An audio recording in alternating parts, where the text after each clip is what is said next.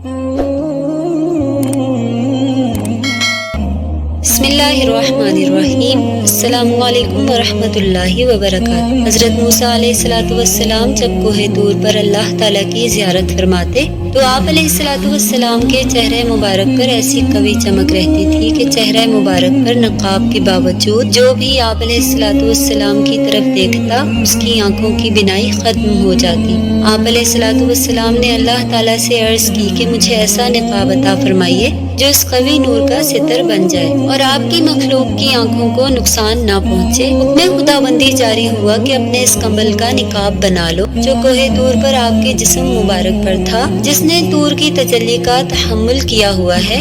ऐ मूसा, इस कंबल के अलावा अगर कोहे काफ भी आपके चेहरे की तजल्ली बंद करने आ जाए तो वो भी कोहे तूर की तरह फट जाएगा।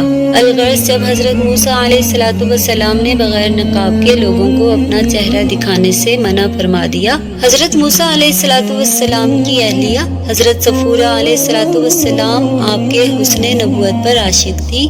नकाब जो नजरों के दरमियान हाइल हो गया था, आप उससे बेचैन हो गई।